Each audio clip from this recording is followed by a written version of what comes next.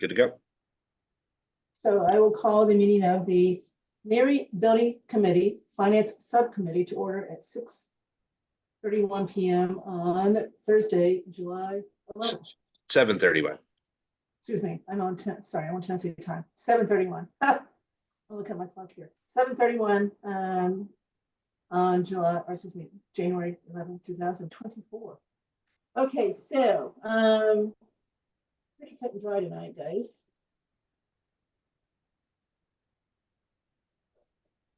All right, so let's start out with the minutes from 11/9 that Mariana did for us. I sent those to Mark and Andrew fairly late today because I forgot about them. But there's not much to them. Did you guys have a chance to read them? I had a chance. I only had one edit on line, I don't know, 6 or 7, where it says members present. It says Brian Ballantyne, town treasurer, which he is, but it should be town treasurer. Yep, I agree with that one. Anything else? That's it. I got 2. She's got, instead of October 23rd, she's got November 23rd twice. So we just got to change November 23rd to October 23rd. That was our first meeting. Okay. Other than that, I think we're fine. Good. Good job. Okay, so Andrew, you want to make a motion? I move that we approve the Thursday, November 9th, 2023 minutes as amended. Second. Roll call vote. Andrew? Aye. Mark? Aye. Took a side, 3-0. Okay, so those, I'll get those posted after 3 changes.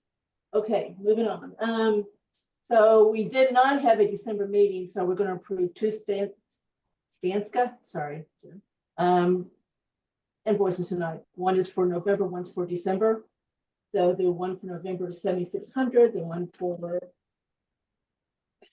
December is 19,400. One for 19,400 and one for 7,600.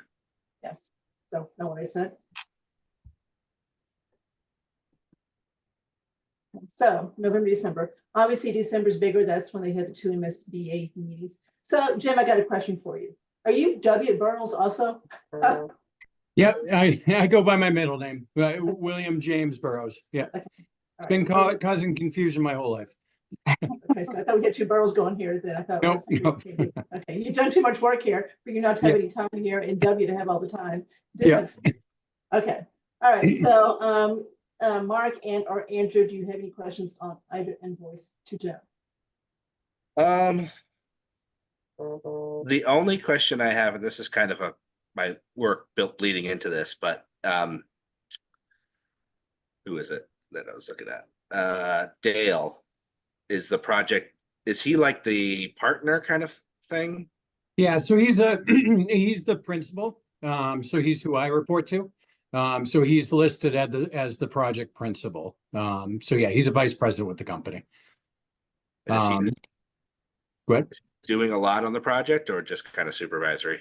Yeah, so during some of these key points, especially with the MSBA, he's done a ton of these meetings and stuff. He's a lot more involved. You'll see kind of tail off in between, and ramp up a little bit during these key steps, just in an advisory role, helping me out. Yep. I'm so used to seeing partner hours show up and go, what did that person actually do? So I always have to question it.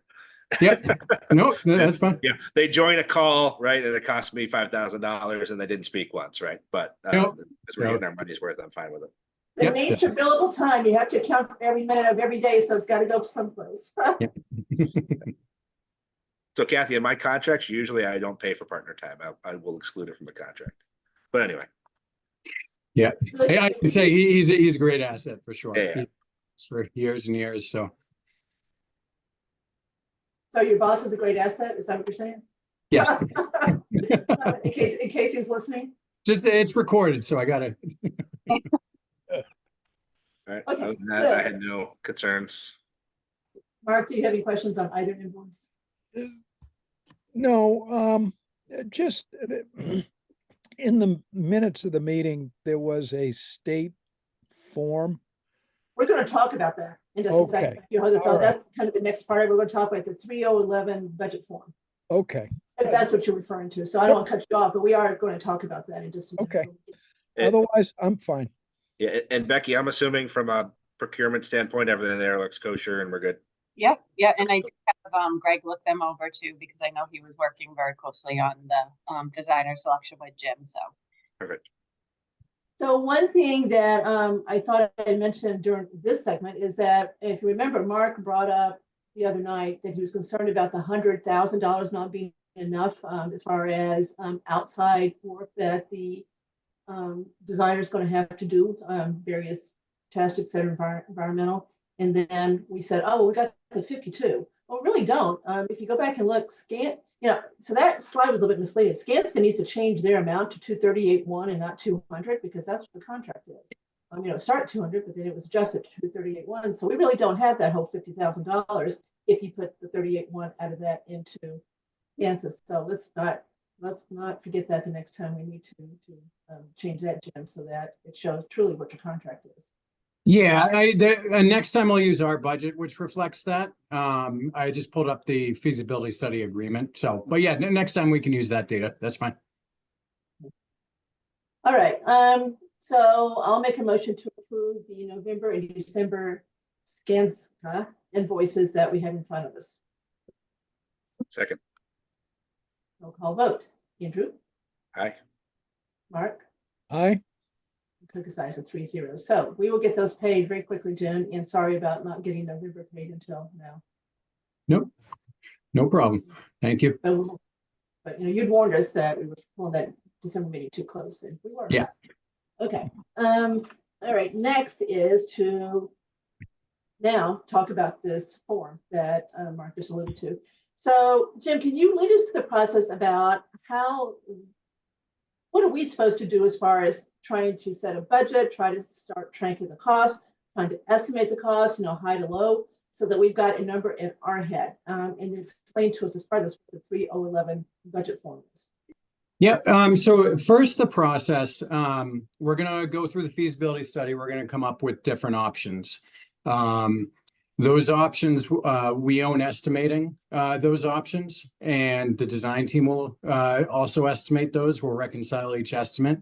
And so for each of the options, we'll be reviewing them for both what they are and also the cost of them. So it's a feasibility study level option. Now, if there's 16 options and we know we're going to throw out, say 7 of them, we're really just going to be focusing in on, if we come down to 4 options, those are the 4 that we're going to estimate.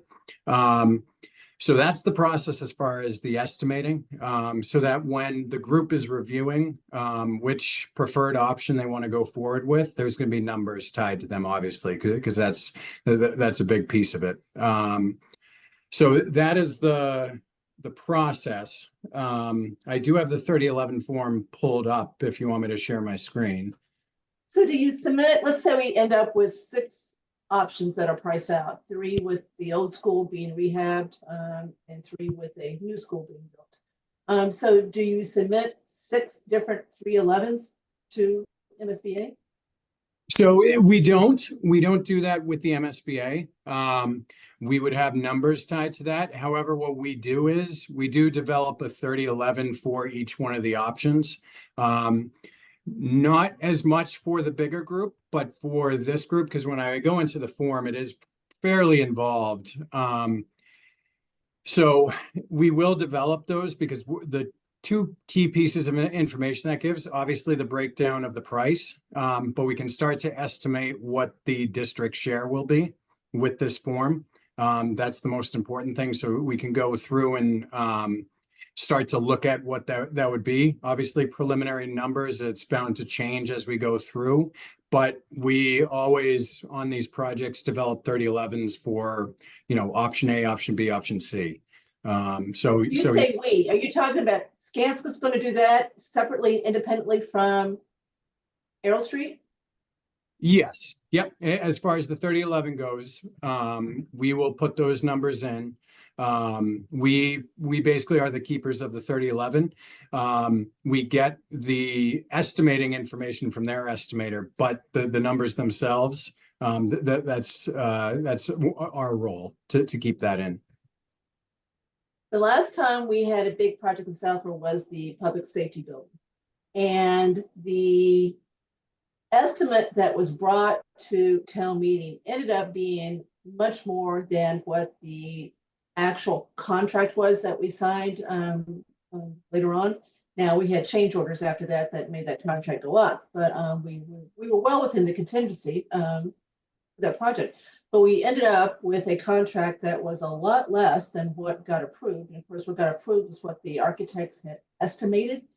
And it seemed to me that at that point, and if Jason Olenowski is listening, he'll correct me, that for the most part, now, see, I wasn't on that first committee. I was on the second one. So I wasn't on the study committee that came forward with the project. So, but my memory is that in large part, they used per square foot numbers to come up with that original estimate that went to town to approve. So in this case, you're saying, no, they really are going to estimate, from ground up what this project should cost. So what I can say is they go off the information that they have at the feasibility study level. And that's why we do the two estimates. Skanska will do their own estimate and Arrow Street will do theirs, reconcile the two. So it's that definitely vets out a lot. It's not going to be as detailed as the schematic design estimate, or obviously the follow-on, DD into the detailed design estimates. I can't speak to the project that you were on. There's always some variability from feasibility to a more detailed estimate. But there are square footage numbers used, but there's also other information that can feed into that estimate. But when we go to town meeting with one proposal, this is what this committee's voted on to recommend to town meeting and ask them to vote on. We're going to be through schematic at that point. Right? Correct. Yep. So they'll have schematic level drawings, schematic level specs. So that'll be a more detailed estimate than the estimates that we're using for the options. So if you're going to take their estimators' numbers or info, what's the purpose of you doing that if you're going to just use our numbers? Are you really going to do some things independently and then compare notes? Or are you really just using their numbers? And so we really do have just one estimate, not two. No, it's going to be two independent estimates. They're going to both be looking at the options. We come together line by line. And for instance, one person has it's, $450 a square foot, and then the other estimator has, 250. Why is there that big discrepancy? We come together, talk about that, and decide what the reasoning for each, and come up with a reconciled number. And you go line by line by line through the estimate that way. And that vets out some of those issues. So you're not just going with one estimator's take on things or their view on it. It's two independent estimates. You can vet some of those issues out. Okay, so there's no reason for this subcommittee to carry our own independent spreadsheet on this. We should rely on what you're doing as our cost estimate. Correct. Yep. Andrew? Sounds good to me. Okay, so Mark, I have no idea whether I covered your question. No, Go for it. that's good. At some point, I just want to see the form. I've never dealt with it. But at what stage do we know what our reimbursement rate is? When does the SBA, when do they settle that? So you have, and this is something that gets a little confusing. You have your reimbursement rate, which, let me pull it up real quick. So you have your reimbursement rate with the state.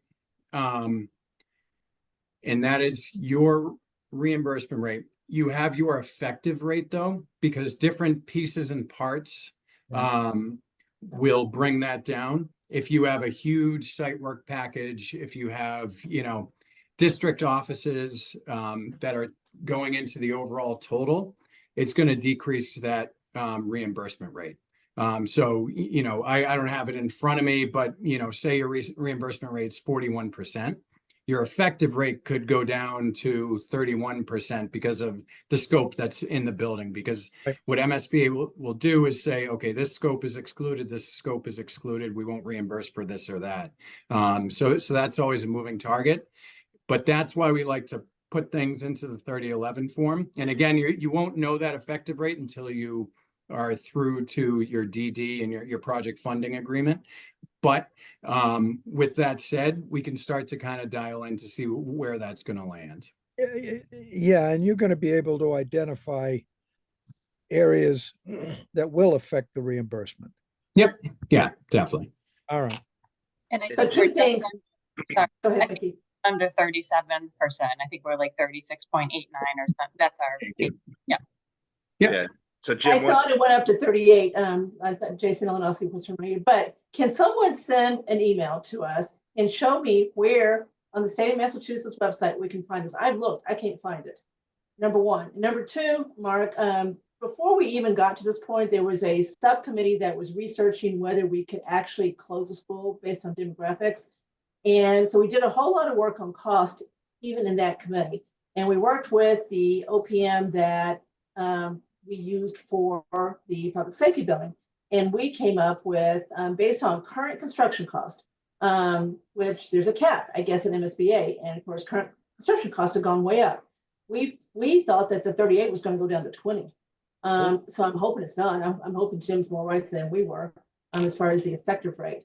Then you compare that to what we did in 2002 when we built Trottier, Finn, and Woodward. Our reimbursement rate was like 62, 63%. Yeah, it was So, high. I mean, so that's why this project is just so far afield from anything we've ever done.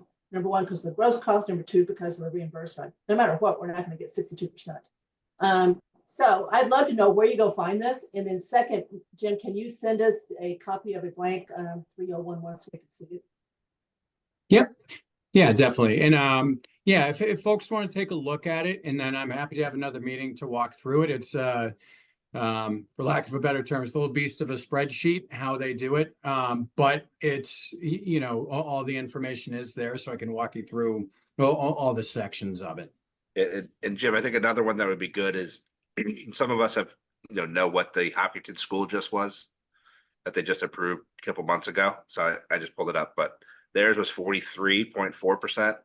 Effectively or gross? No, they're 43.42 baseline.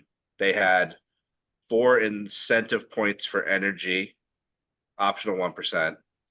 And then they had maintenance 1.645. So their reimbursement rate was 49, and then their effective was 36 to 38.